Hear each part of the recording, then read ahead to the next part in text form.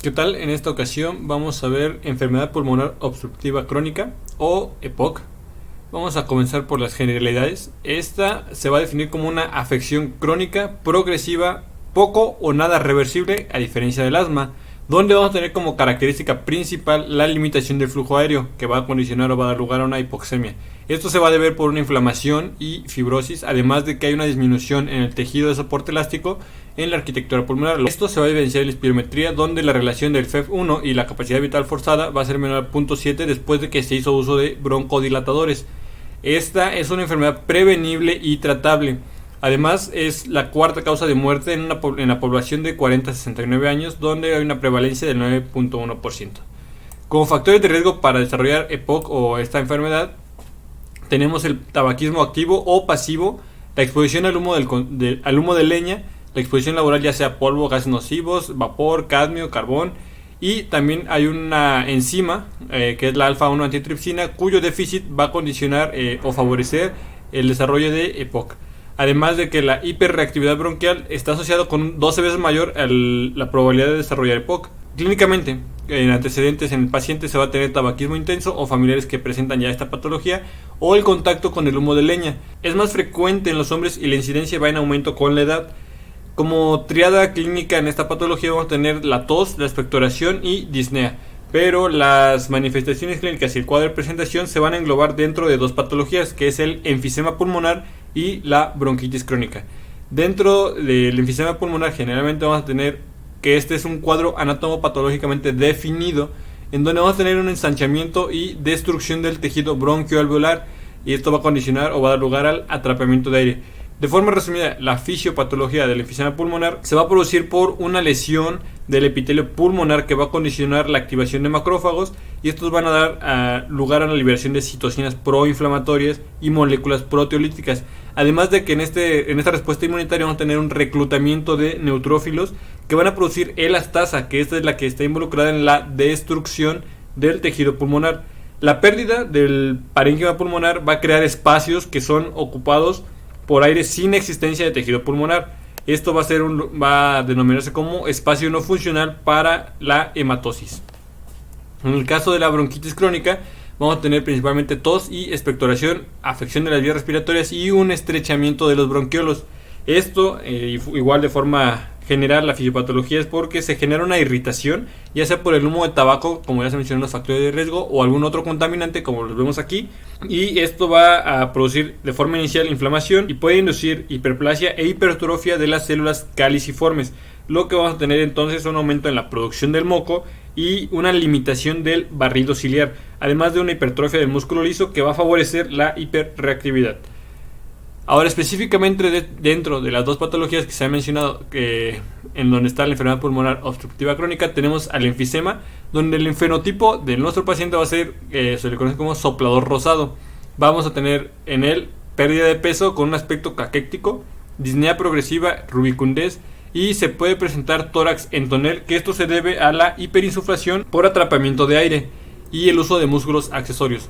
En la bronquitis crónica vamos a tener un fenotipo abotagado azul, donde va a presentarse hipoxemia e hipercapnia, cianosis, obnubilación, obesidad, ronquido y sibilancias, además de edema e hipertrofia cardíaca. Para el diagnóstico de esta patología vamos a tener como estándar de oro la espirometría, donde se deben realizar dos pruebas, una en un estado basal y la otra en un estado post-broncodilatador. Vamos a tener una limitación al flujo aéreo, ya sea escaso o no reversible, pero va a haber una disminución del volumen expirado forzado en el primer segundo, además de una disminución en la capacidad vital forzada, y por lo tanto la relación entre estas dos variables va a estar disminuida.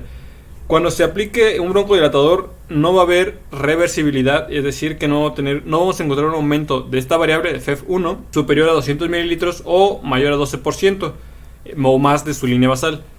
También tenemos una escala o una forma de estratificar la gravedad de esta patología, y esto es por esta clasificación de GOLD, cuyas siglas en inglés significan Iniciativa Global para la Enfermedad Pulmonar Obstructiva.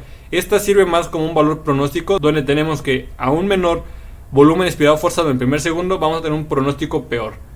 La escala GOLD se va a apreciar más adelante. En la radiografía de tórax vamos a tener de forma general una horizontalización de las costillas y aplanamiento diafragmático, e hiperinsuflación de ambos campos pulmonares, pero de forma específica en el enfisema vamos a destacar que hay hiperinsuflación más hipovascularización periférica. En el caso de la bronquitis crónica se puede apreciar en la radiografía un engrosamiento bronquial más un crecimiento cardíaco derecho. Se puede también hacer uso de tomografía como un método diagnóstico definitivo de enfisema, donde se van a apreciar áreas de destrucción del parénquima pulmonar. La determinación sérica de esta enzima alfa-1 antitripsina se debe realizar en pacientes con EPOC menores de 45 años que no vayan a presentar un factor de riesgo reconocido como los que se han mencionado, que tengan familiares con EPOC o deficiencia de alfa-1 antitripsina. Pasando al tratamiento, debemos aclarar en primer lugar que debe suspenderse el tabaquismo y los factores ambientales que van a condicionar esta patología. Además de que debe haber rehabilitación pulmonar que debe ir junto o de forma paralela con el tratamiento médico. Se recomienda la vacunación del neumococo cada 5 años e influenza de forma anual para disminuir las infecciones recurrentes que ocasionen un mayor deterioro de la función pulmonar. La decisión del tratamiento médico va a depender del estadio en el que se vaya a encontrar nuestro paciente de acuerdo a la clasificación GOLD que se acaba de mencionar, aunado a la gravedad de la disnea medida por otra escala que es la MMRC. Pero la primera línea de tratamiento médico, en este caso vamos a tener los broncodilatadores. Vamos a tener dos clases en estos broncodilatadores, ya sea beta 2 agonistas o anticolinérgicos. En ambas clases vamos a tener de corta duración y larga duración. También se puede hacer uso de corticosteroides inhalados como budesonida o fluticasona y oxigenoterapia en el caso de pacientes cuya presión arterial de oxígeno sea menor de 55 milímetros de mercurio, y el objetivo va a ser que se mantenga una presión arterial de oxígeno mayor a 60 milímetros de mercurio o una saturación de oxígeno mayor al 90%. También se puede hacer el empleo sustitutivo con alfa-1 antitripsina en el caso de los pacientes con un déficit de esta enzima. Pasando ahora a estratificación de EPOC, vamos a tener aquí esta escala que es la de GOLD, que como mencionamos es la iniciativa global de la enfermedad pulmonar obstructiva. En cualquiera de los 4 estadios vamos a encontrar que la relación entre el volumen expirado forzado en el primer segundo y la capacidad vital forzada es menor al 70%. Vemos que de leve a muy grave encontramos que el valor de FF1 o del volumen expirado forzado en el primer segundo va de 80%, va disminuyendo 80%, 50-80, 30-50 y menor al 30% o 50% con falla respiratoria. El tratamiento para cualquiera de los 4 estadios va a ser, como se ha mencionado de forma general, suspender el tabaquismo o aquel contaminante que está predisponiendo esta enfermedad, la rehabilitación pulmonar y la recomendación de la vacunación, ya sea antineumocócica o contra influenza. Para el caso del estadio leve vamos a tener que usar un broncodilatador de corta duración como salbutamol. Para el caso del estadio moderado vamos a tener que hacer uso de un broncodilatador de larga duración como salmeterol o formoterol o indacaterol. Para el estadio grave vamos a tener que usar lo anterior más un esteroide inhalado, ya sea fluticasona o budesonide, y en un estadio muy grave vamos a tener que usar lo anterior más oxigenoterapia si también hay falla respiratoria crónica. En esta tabla encontramos los grupos de los medicamentos que se usan en la EPOC y mencionamos anteriormente que tenemos como primera línea de tratamiento los broncodilatadores, y en esos encontramos las clases de los beta 2 agonistas y los anticolinérgicos. En ambas clases tenemos de corta duración y de larga duración. Como ejemplo, para los betagonistas inhalados de corta duración tenemos al salbutamol, de larga duración tenemos al salmeterol, formoterol o indacaterol. Anticolinérgicos de corta duración, hipatropio, y de larga duración, tiotropio o glicopirronio. También tenemos otro grupo que son las metiljantinas, los glucocorticoides inhalados como los que se mencionaban, fluticasona y budesonida, y los inhibidores de la fosfodiesterasa.